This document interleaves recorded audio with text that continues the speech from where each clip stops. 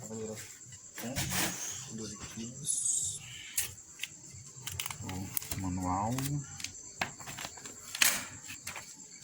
A gasolina vai ler daqui a pouco, né?